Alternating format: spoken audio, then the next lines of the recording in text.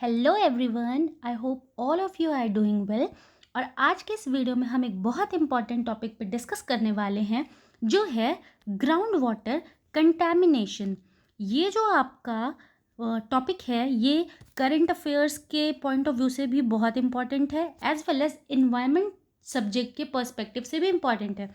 तो आइए वीडियो को स्टार्ट करते हैं। सबसे पहले तो ग्राउंड वाटर का जो यूसेज है हमारे लिए इंडिया के रिस्पेक्ट में, वो 85% ड्रिंकिंग वाटर और 65% इरिगेशन के काम आता है, 65% सिंचाई के लिए काम आता है। एक यहाँ पे मैंने एक पॉइंट ऐड करा है, डिस्ट्रीब्यूशन ऑफ वाटर बॉडीज़। ये बहुत इंपॉर्टेंट टेबल है, ये एनसीईआरटी से मैंने लिया है और ये इसको पढ़ना बहुत इंपॉर्टेंट है। आगे इस पर मैं क्वेश्चन भी दिखाऊंगी।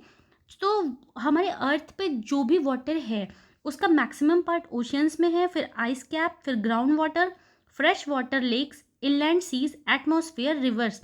ये इसका डिक्रीजिंग ऑर्डर है। ऑलराइट, अब ये क्यों इंपॉर्टेंट है ये आपको नेक्स्ट स्लाइड में दिखेगा। हाल ही में यूपीपीसीएस 2025 का प्रीलिम का एग्जाम हुआ था, जिसमें क्वेश्चन आया था that consider the following sources of world water supply and arrange them in descending order. Ocean, reverse, ground water, जितने भी पॉइंट हमने ऊपर डिस्कस किए थे वो यहाँ पे मेंशन्ड है। ये मैं आपको क्यों बता रही हूँ, ये मैं आपको इसलिए बता रही हूँ कि आपको ये रियलाइज़ हो कि हम कोई भी टॉपिक ऐसा नहीं पढ़ेंगे जो आपके एग्ज़ाम पॉइंट ऑफ व्यू से इम्पॉर्टेंट ना हो। खैर, इसका आंसर यहाँ पे दिया हुआ है, तो आप इस क्वेश्चन को एड्रेस करिएगा, ठीक है। अब जब हम इस वीडियो में ग्राउंड वाटर की बात कर रहे हैं, तो सबसे पहले हमें ये समझना होगा कि ग्राउंड वाटर हम बोलेंगे किसको या एक्वीफर किसको बोलेंगे। ऑलराइट, या वाटर टेबल क्या होता है। तो एक टर्म आप यहाँ पे ध्यान दीजिए, एक्वीफर, ठीक है। ये क्या होता है, ये ऐसी अंडरग्राउंड रॉक है या एक ऐसी सेडिमेंट लेयर। जैसे हम रॉक्स पढ़ते हैं तो रॉक्स में भी बहुत सारी लेयर्स हैं, लेकिन हर एक लेयर में आपको पानी नहीं मिलेगा। तो सपोज मान लीजिए ये एक रॉक की मैंने 4-5 लेयर्स बना दी हैं। अब इसमें जिस भी लेयर में वाटर प्रेजेंट होगा, सपोज मैंने बताया इस लेयर में वाटर प्रेजेंट है, इस लेयर में, तो जिस लेयर में वाटर प्रेजेंट होगा उसको हम बोलेंगे एक्वीफर। ऑलराइट, और जो एक्वीफर होता है उसका जो टॉप पार्ट होता है, एक्वीफर कोई है सपोज, उसका जो टॉप मोस्ट पार्ट होगा उसको हम बोलते हैं वाटर टेबल। ऑलराइट, सो ये वाटर टेबल जो है, यही हमारा जो ग्राउंड वाटर है, ये आपका वाटर टेबल रिप्रेजेंट करता है, ठीक है। अब जो है, जो हमारा टॉपिक था कि ग्राउंड वाटर में कौन कौन से पॉल्यूटेंट्स हैं, कौन कौन से कंटैमिनेंट्स हैं, उस पर आप बात करते हैं। सबसे जो ज़्यादा पाया जाता है कंटैमिनेंट हमारा, वो है नाइट्रेट, जिसकी वजह से कौन सी डिजीज़ होती है। ऑलमोस्ट एग्जाम्स में यही पूछा जाएगा कि कौन से पॉल्यूटेंट की वजह से आपका कौन सा डिजीज़ हो रही है। नाइट्रेट की वजह से ग्लोबिनीमिया हो जाएगा, जिसको हम कॉमनली ब्लू बेबी सिंड्रोम बोलते हैं। अच्छा, ये इसमें क्या होता है कि जो बेबी है उसकी जो बॉडी है वो ब्लू हो जाएगी। वो ब्लू क्यों हो जाएगी, क्योंकि हमारे जो हीमोग्लोबिन में, हीम की जगह जब इसमें नाइट्रेट जाएगा NO3 के फॉर्म में, जब ये नाइट्रेट जाएगा तो ये ऑक्सीजन की जो बाइंडिंग कैपेसिटी है उसको हैम्पर करेगा। ऑक्सीजन की प्रेजेंस को ये कम करेगा, लैक ऑफ ऑक्सीजन हो जाएगा, इसी वजह से बॉडी का कलर ब्लू होता है। ये मतलब बहुत ज़्यादा जो हमारे ग्राउंड वाटर में ये जा रहा है, इसका सोर्स क्या है, excessive use of chemical fertilisers. Alright, दूसरा जो हमारा इम्पॉर्टेंट पॉल्यूटेंट है वो है आर्सेनिक। आर्सेनिक जो है, आपको इसकी समस्या सबसे ज़्यादा पंजाब, बिहार, वेस्ट बंगाल वाले एरियाज़ में दिखेगी जो है। इसकी वजह से क्या होगा, आर्सेनिकोसिस हो जाएगा, ठीक है। इसकी वजह से आपको कार्डियोवास्कुलर डिजीजेस हो सकती हैं, स्किन प्रॉब्लम्स हो सकती हैं। इवन अगर बहुत ज़्यादा अमाउंट में इसका वो कंटेमिनेशन के एक्सपोजर में आप आ रहे हैं, तो स्किन डिजीजेस से भी स्किन डिजीजेस हो सकती हैं, आपको कैंसर हो सकते हैं, वो भी all type of cancer, be it skin, be it lung, be it bladder cancer. Alright, अब हमारा जो नेक्स्ट पॉल्यूटेंट है इम्पॉर्टेंट, वो है यूरेनियम। यूरेनियम ये जो है, इसकी जो कंटेमिनेशन हमारे जिस वाटर में मिल रही है वो बेल्ट है पंजाब, आंध्र प्रदेश, राजस्थान, ठीक है। यहाँ पे यूरेनियम जो है ग्राउंड वाटर में इसकी प्रेजेंस ऑब्जर्व की जा रही है। अब इसका जो सोर्स है, सबसे बड़ा जो सोर्स है, वो आपको मिलेगा फॉस्फेट फर्टिलाइज़र, क्योंकि जो भी फॉस्फेट फर्टिलाइज़र के लिए हम जो रॉक्स यूज़ कर रहे हैं फॉस्फेट के सोर्स के लिए, उनमें कहीं ना कहीं हैवी मेटल के ट्रेसेस किसी ना किसी अमाउंट में प्रेजेंट होते हैं, और इस वजह से वो जो है फर्टिलाइज़र के थ्रू रीच आउट हो रहा है। यूरेनियम की बात करें तो एक नेफ्रोटॉक्सिक एलिमेंट है। व्हाट डज इट मीन्स कि अगर आपकी बॉडी में यूरेनियम का कंटैमिनेशन ज़्यादा होता है तो आपको किडनी से रिलेटेड डिजीजेस ज़्यादा होने वाली हैं। अच्छा, इसको अगर मतलब इसके रिमूवल की बात करें कि वाटर से इस कंटैमिनेंट को हम कैसे रिमूव करेंगे, तो आप उसके लिए आरओ भी यूज़ कर सकते हैं, रिडॉक्स टेक्नोलॉजी भी यूज़ कर सकते हैं। Basically redox is reduction and oxidation, जिसमें दोनों ही प्रोसेस इन्वॉल्व हो, उन टेक्निक से हम इसको रिमूव कर सकते हैं। बहुत एक्सपोजर हो जाएगा तो ये भी कैंसर को लीड कर सकता है। अच्छा, कमेंट में आप मुझे ये बताएंगे कि राजस्थान में इंडिया का कौन सा एटॉमिक रिएक्टर है जिसकी वजह से भी अपार्ट फ्रॉम दिस कि फॉस्फेट की प्रेजेंट से हमारा जो है ये यूरेनियम तो मान लीजिए ग्राउंड वाटर तक पहुंच रहा है, लेकिन राजस्थान में एक एटॉमिक रिएक्टर भी। और कमेंट में आप उस एटॉमिक रिएक्टर का नाम मुझे बताएंगे। ऑलराइट, नेक्स्ट चलते हैं कैडमियम। अगर आप कैडमियम के एक्सपोजर में हैं या कैडमियम का कंटेमिनेशन वाटर में बढ़ रहा है तो उससे इटाई डिजीज़ होगी, जो बेसिकली ऑस्टोमलेशिया होती है। इससे जो है आप मतलब बोन्स आपकी फ्रेजाइल हो जाएंगी, बोन डिजीज़ है ये। बहुत ज़्यादा एक्सपोजर हुआ तो अगेन किडनी, लंग डैमेज, ये सब हो सकता है। मरकरी की बात करें तो मरकरी की वजह से मिनामाटा डिजीज़ होती है। ये एक न्यूरोलॉजिकल डिजीज़ है। इसका मतलब क्या है कि इस पॉल्यूटेंट का, इस कंटैमिनेंट का जो इफेक्ट है वो आपके ब्रेन पे होगा। अच्छा, ये इसके कंटैमिनेशन में या इसके एक्सपोजर में हम कैसे आ सकते हैं? इसके एक्सपोजर में हम कोल के कंबशन की वजह से आ सकते हैं, कहीं पे कोयले को जलाया जा रहा है, या फिर जो गोल्ड माइनिंग की वजह से भी इसका एक्सपोजर हो सकता है। और कंटैमिनेटेड फिश, अगर हम अपने फूड में कोई ऐसी फिश ले रहे हैं जो पहले से कंटैमिनेटेड है तो उसकी वजह से हमारी बॉडी में मरकरी का एक्सपोजर हो रहा है।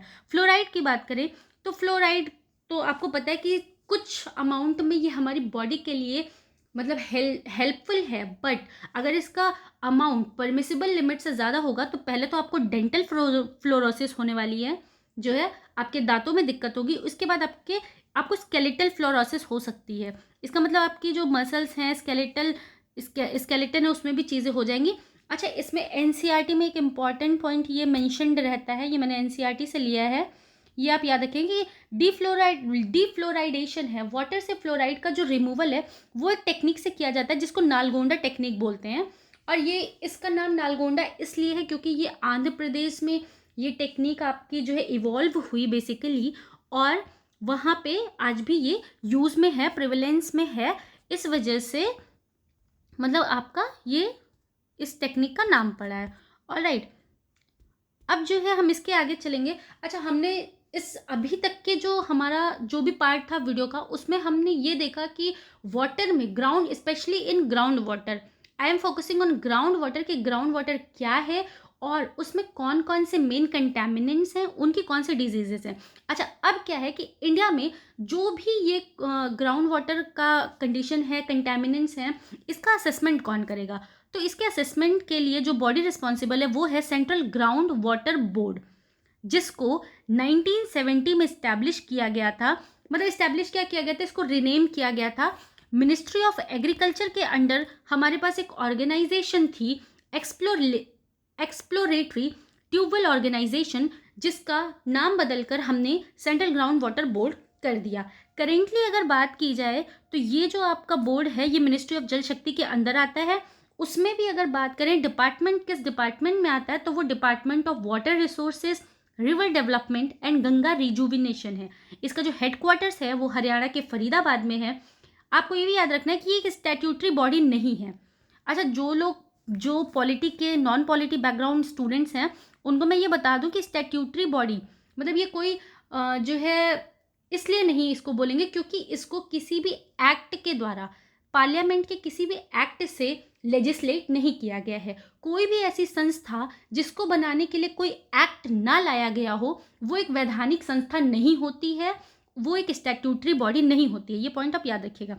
अच्छा, इसका जो इम्पोर्टेंट ऑब्जेक्टिव क्या है कि ये ग्राउंड वाटर के रिचार्ज के लिए, उसके रिजुविनेशन के लिए, ट्रीटमेंट के लिए और उसके डेवलपमेंट के लिए जो भी टेक्नोलॉजी हैं वो सब प्रोवाइड कराएगी। इसको मॉनिटर करना भी इसका एक रोल है। ग्राउंड वाटर की जो असेसमेंट होती है वो साल में ये बोर्ड 4 बार करता है, बट रिपोर्ट इसकी 1 बार आती है। असेसमेंट 4 टाइम्स होगा, बट रिपोर्ट फाइनली 1 ही बार आएगी। इसने एक ground water management regulation scheme भी लॉन्च की थी 2021 से 2026 के लिए, जिसमें क्या क्या करना था। एक्वीफायर मैपिंग था, पीजोमीटर कंस्ट्रक्शन था। पीजोमीटर जिनको नहीं पता मैं बता दूं, पीजोमीटर आपका एक ऐसी डिवाइस है जो किसी भी फ्लूइड की जो है, स्पेशली अगर ग्राउंड वाटर की बात करें, किसी भी फ्लूइड का ये प्रेशर मेजर करती है किसी भी स्पेसिफिक पॉइंट पे। तो इससे बेनिफिट क्या होगा कि सपोज हम जब पीजोमीटर का यूज़ करके हम जब ग्राउंड वाटर की जो है आपकी प्रेशर को देखेंगे तो हमें पता चल जाएगा कि अभी हमारा वाटर लेवल क्या है, क्या प्रेशर अंडर मेंटेन हो रहा है, कितना रिचार्ज की ज़रूरत है। तो उसका एक आइडिया हम पीजोमीटर की हेल्प से लगाते हैं। अच्छा, अभी क्या है, एक नेशनल ग्राउंड वाटर जो एटलस है ये भी हमारा सेंट्रल ग्राउंड वाटर बोर्ड जारी करता है, जिसके अकॉर्डिंग वाटर स्ट्रेस स्टेट कौन से हैं, कहाँ पे ओवर एक्सट्रैक्शन हो रहा है, वाटर स्ट्रेस्ड है। ये थोड़ा सा ऑफ द बीट है, बट स्टिल ये पॉइंट मैंने इसलिए लिया है क्योंकि ये ग्राउंड वाटर बोर्ड जो है इस एटलस को जो है आपका रिलीज करता है।